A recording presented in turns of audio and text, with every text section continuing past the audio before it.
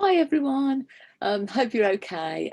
Just thought I'd pop on and just do a video about what we talked about in group today. So um, for most of you, it's the post-Christmas period, and we're now going to have that lovely fresh start and get back into it now, and set ourselves some goals for what we'd like to achieve in the coming weeks. And so I thought what I'd do is just a really brief new member talk to you, just go back to basics and have a look at what we need to refresh our memories with and our minds, and yeah, get back to basics. So when you join Slimming World, you get your lovely pack, and in the pack you've got just about everything that you need to get you started and keep you going on your weight loss journey. And within your pack you'll find that you've got your Be in Love with Food, or your food optimizing book. So this is our sort of food Bible, isn't it? Really, it's a thing that we go to.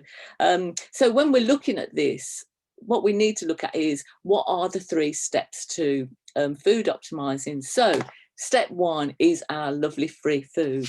And if you look at the front of the book, you'll see that there's loads of pages that tell you about your free food. So things like the meat and poultry. So the thing that we need to remember, of course, about meat and poultry, of course, is remove any visible fat, and to remove the skin from poultry, because you want to remove that fat. That's where the fat is. So get rid of that. We don't want that. So yeah, and if you're cooking your meat and poultry, then if you add fat to the cooking process, then you need to sin it. So as an example, a tablespoon of oil would be 6 sins. So use Frylight. Frylight is free. You can spritz as much of it as you like, and it's a great way of cooking lots of different things. So use your Frylight. You've also got things like your fish, your shellfish, your oily fish, your fish products as well. And then you've got things like your dairy products, so your fat-free natural yogurts, fromage frais, cottage cheese, as well as things like the fat-free natural skyr, and also things like quark. So natural quark as well is also free. If it's flavoured, then you need to sin it. And eggs of course are free. Also free are your potatoes, your grains, your rice, your pasta. If it's comes in a ready pack, you know, like your pouches, things like your rice in pouches, then that's sin. So you do need to look at that. There are 1 or 2 exceptions, so do check them out on the app first or in the back of your book. And also, if you use fresh pasta, then that is sinned as well, because there are additional things that are added to fresh pasta that make it sinned. The dry pasta is free, so that's fine. Also, things like your vegetables and your fruit as well. Loads of free foods there. So have a look at your book. With your fruit and vegetables, the ones that have got the little S symbol next to it means that that's a speed food. And what do we say about speed food? The more speed you use, the more weight you lose. And that's because we ask you to put 1/3 of your plate of speed food. And what I always do is put that 1/3 of speed on my plate first, and then it will reduce the amount of protein and carbohydrates that you'll put on your plate. And that's the whole idea of it. That's why we say use 1/3, at least 1/3 of a plate of speed food, because what we want you to do really is to get the balance right on your plate. So we're actually reducing that amount of you know, sort of potatoes, rice or pasta, and so therefore you're sort of shifting the balance, if you like, with things like the high carbohydrates, which are obviously higher in calories as well, and using more of the free foods, which are low density foods, so they're lower in calories as well. So yeah, so get into that habit, because that's a brilliant habit to have. And also choose your speed foods for things like your snacks as well. If you fancy a snack in between a meal, a healthy swap would be, you know, swap that biscuit for a satsuma or an apple, and with your cup of tea, because that's a healthy swap as well, and that will help you to get the weight loss that you really want. So that's your free food. So do have a look through that as well. You've got your peas, beans and lentils, also your vegetable proteins, you know, things like your soya mince and that, a jackfruit as well. So those are also included as your free foods. So we've got loads and loads of free foods, which is absolutely fantastic. And obviously, to make it a bit more tasty, you've got your store cupboard staples. So do have a look at those pages as well, because things like, you know, your herbs and your spices, just make sure that if it's a ready mixed spice, that there isn't any oil or sugar in there, because you will need to sin that. So you know that are already made packets of different sort of spices. You do just need to check those, because they could be sinned. But yeah, loads of things there, so do have a look at that. So what's step 2? Step 2 is your healthy extras.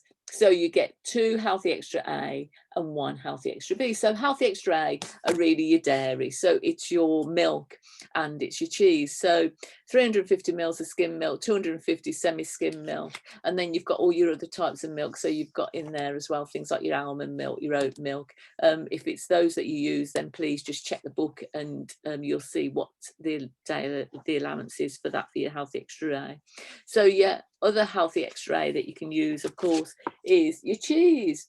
So 40 grams of a low fat cheese, 30 grams of a normal hard cheddar cheese, and there are lots of other cheeses as well. So someone mentioned in group today that they get using a halloumi cheese, so you can get 65 grams, I think it is, of halloumi cheese, of the low fat halloumi cheese. Something different to try, isn't it? You can also have your grab and go cheeses, so things like your cheese triangles or your cheese squares, your baby bells. So just have a look in your book, you know, just refresh your memory with them all. There's lots there. The important thing about your healthy extras is that you must weigh and measure them. It's really important, because they are high in fat and therefore high in calories, and they need to be restricted. And so therefore you really do need to weigh and measure them. Failing to do that means that you can inadvertently add extra sins into your day without even realizing it. You know, one of the members today said that what she's started to do it now is when she gets a block of cheese, she automatically measures it out into a 40-gram portions, pops them into little bags into the freezer, ready to use when she needs to use them. And that way she knows that that's already weighed and measured, instead of having to fiddle around each time with the scales to get the exact amount. And also stops you just picking up those little knobs of cheese that drop off when you're cutting it up as well, because, you know, just 1 or 2 of those can really add the sin. So that was a great tip that we had. Another great tip was, I think Mary's posted on our Facebook page anyway, is using a glass bottle. She uses an old lemon juice bottle, which she's marked after she's measured out her milk into it with a black marker, so she knows that's the mark that her milk needs to come up to each day. Great, keep it in the fridge. You know that's your milk measured out there for you. And if you've got any left at the end of the day, then you've got some milk there to have a nice hot drink in the evening, if that's what you'd like. So yeah, great tip. The other great tip with that, of course, is that if you've measured your milk out into a bottle and you're off to work, you can take it with you as well, can't you? So brilliant idea. So thanks very much to Mary for that. So your other healthy extra is your B choice. So your healthy extra B, you get 1 of those for a day. And most people use it for bread or cereals, don't they? So again, they need to be weighed and measured, because it's so easy to think, oh, I know roughly how much goes into my cereal bowl. But what I would say to you is, if you do that on a regular basis, then tomorrow pop your cereal bowl on the scales, zero it, and then just tip in what you would normally have and just check out how much extra that you're having. It's so easy to go over on the amounts, you know, with those cereals, and they can add up those sins so quickly. So yeah, it is, you know, it's really important. Again, another top tip is to, you know, weigh them out, weigh out a few bags so that you've got them so you can just grab them in the morning, particularly if you're in a bit of a rush. And also another top tip that we had from someone today was to write on the side of the box how many grams you get for your Healthy Extra B. And just a reminder, I always put on my boxes as well how many sins there are in that. So for most cereals, it's either 6 or 7 sins. Most of them are 7 sins if you have the measurement of them. So, you know, you just think about it. If you just go over a little bit, you soon add in sins onto there as well. So other things that you can have with your Healthy Extra B as well as your bread and your cereals is things like your crisp breads as well, your little cereal bars. So we know the Hi-Fi bars, you can have 2 of those, can't you, for your Healthy Extra B. Things like your Alpen bars, some Alpen bars as well. So the Alpen Light cereal bars, some of those you can have 1 or 2 of those. And other things that you can have for your Healthy Extra B, I think these pages are the pages that we probably never really look at. And that's things like your nuts and your seeds, your dried fruit, your cooked fruit, and some canned fruit as well is also included in your Healthy Extra B. So if you haven't used it for bread or cereal, then that may be something that you want to use it for. The other thing that some people do with a Healthy Extra B is they split it between 2 things. So as an example, they might just have 20 grams of porridge oats in the morning for their cereal, you know, for the breakfast, and then they'll have a Hi-Fi bar later on in the day. So they've split it that way. So, and that's perfectly fine to do as well. So what's step 3? Step 3 is the good old sins. So for most of us, we get 5 to 15 sins a day. And these are to be used on all the other food groups that aren't included in your free food or your healthy extras. So if you want to add something to your meal, so that may be something like gravy. You know, if you use the gravy granules, 100 mils of gravy granules made up is 1.5 sins. If you want to use something like a light mayo, you know, or you want to have a treat like a biscuit or some chocolate or some crisps, that's where you'll be able to find out about how many sins is in that. So 5 to 15 a day for most people. And that means that what we're saying to you is, you know, try and have a minimum of 5 a day, because that helps to add in some of those foods into your everyday eating plan. And the maximum is 15. It's not a target. You don't have to use 15 sins every day if you don't need to or you don't want to. But they're there for you if you want to use them. And some people, as I say, use them to add things to their meals, and others use them to save them for treats. A couple of good tips is, you know, doing a little treat bag that you can have in the evening. The thing to do is to find out when you feel that there are those sort of things that you need, and what is the best plan for you to be able to use them. So for some people, they like to use them, you know, sort of mid-afternoon, perhaps with a cup of coffee or something, just to give them a little bit of a boost or something like that. And for others, it's in the evening when they're sat down after the kids have gone to bed, or they've relaxed after they've had their evening meal, and they just want something nice and sweet. And so they save their sins up for then and use them then. It's entirely up to you. It's what works for you. So you work out what it is that you prefer, and then you do that, you know, for you. So yeah, so lots of ideas, hints and tips in here as well. And it's really important to, you know, every so often just sit down with it and have another look through it and refresh your memory on all of that lovely free food, what's included in it and what isn't, and also what those lovely speed foods are as well, and what's included in your speed foods and what isn't.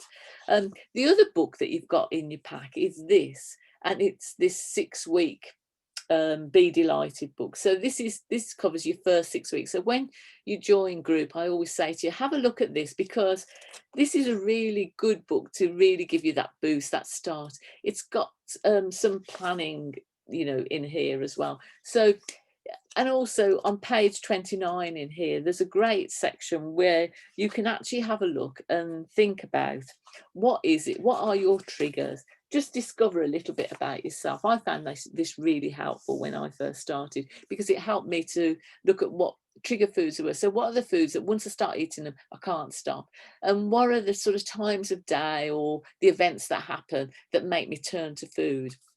Because the other thing with Slimming World is, yes, there's a food plan, and let's face it, you know, it's not complicated. It wouldn't, most of us know what the food plan is.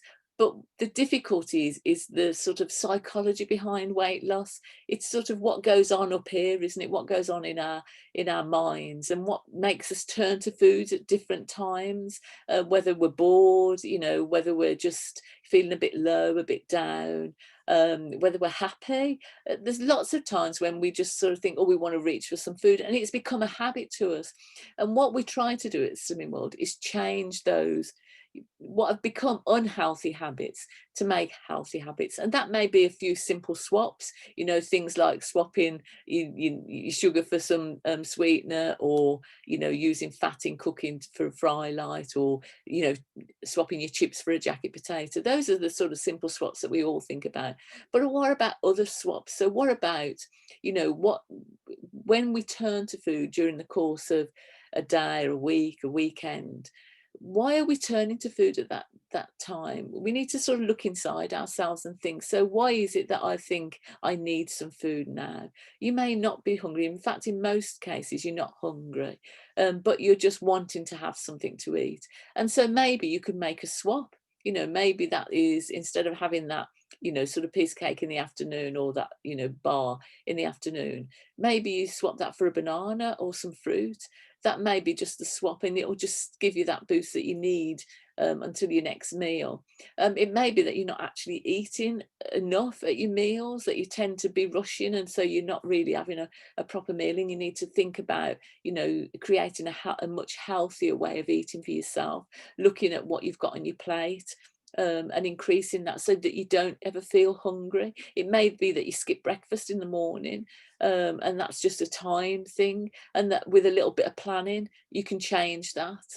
You know, one of the things I love are the overnight oats. I pop a few of them in the fridge, make 2 or 3 at a time, and then they're there for me. I don't always use them on the next day, but they're there should I need them, you know, if I'm a bit short of time. So it may be that you've just got to look at different ways of doing things, and that will help you to be able to control your eating habits much more. And it is all about that control, isn't it? And what the Be Delighted book does, it gives you an opportunity to have a look at that. It tells you, you know, you can plan it, you can plan out your week, and then you can sort of have a review of that week and think, okay, so what went well for me this week?